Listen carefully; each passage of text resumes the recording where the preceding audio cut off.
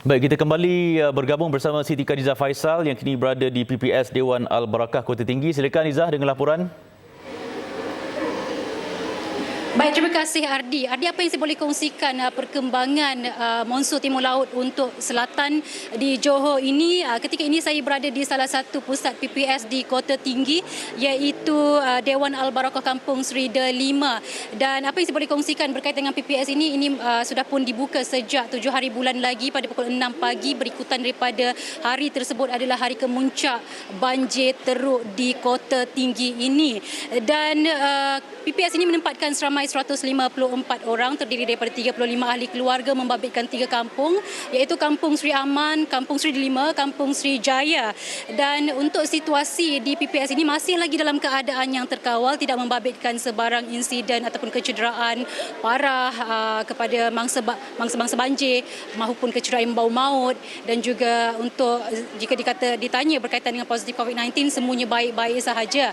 Dan pusat pemindahan sementara ini juga mendapat perhatian yang baik daripada pihak ADUN dan juga NGO. Bagaimanapun mereka ini masih lagi memerlukan beberapa barangan keperluan asas yang penting juga bagi mereka, antaranya tuala wanita, pakaian dalam dan juga alat-alat membersih untuk kerja-kerja membersih rumah selepas daripada banjir. Dan juga yang paling penting adalah 50 kanak-kanak di pusat PPS ini amat memerlukan alat persekolahan, pakaian persekolahan, memandangkan semalam baru sahaja bermulanya musim persekolahan.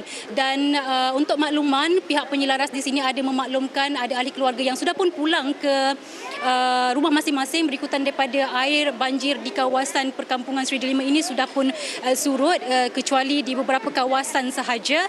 Dan mereka pulang bukan pulang terus, mereka pulang untuk melakukan kerja-kerja pembersihan. Dan untuk makluman juga, pastinya menjadi persoalan di mana-mana kawasan, apakah antara inisiatif ataupun alternatif pihak berwajib untuk menyelesaikan masalah banjir untuk jangka masa yang panjang. Dan penduduk di sini memaklumkan bahawa mereka amat berharap penyelesaian jangka panjang dari segi melakukan pemindahan secara tetap di kawasan lain, kawasan yang lebih tinggi, kawasan yang lebih selamat, agar perkara banjir, isu banjir seperti ini tidak berulang saban tahun. Dan untuk tahun ini dimaklumkan adalah banjir yang terburuk sehingga 10 kaki. Dan ada juga pihak ataupun keluarga berdepan dengan kerugian puluhan ribu ringgit, bukan sahaja di setiap rumah tetapi juga petani dan sebagainya berdepan dengan kerugian puluhan ribu ringgit. Itu antara cadangan yang mereka harapkan, luahan dan juga penyelesaian yang mereka mahukan untuk jangka masa yang panjang. Mengapa inisiatif lain tidak diperlukan? Kerana struktur tanah ataupun geografinya sudah seperti itu. Walaupun sistem perparitan diperbetulkan ataupun ditambah baik, perkara sama atau banjir tetap akan berlaku. Dan sedikit perkembangan berkaitan dengan jumlah mangsa banjir untuk di Johor ini, setakat petang tadi sudah pun mencecah 7,460 daripada 2,095 ahli keluarga dengan 57 pusat PPS dibuka. Dan pastinya Kota Tinggi mengekalkan status paling tinggi, iaitu status paling teruk terjejas banjir, iaitu 4,678 orang yang terjejas, manakala keluar meningkat kepada 1,592 bangsa. Dan itu sahaja yang boleh saya kongsikan setakat ini. Silakan Ardi.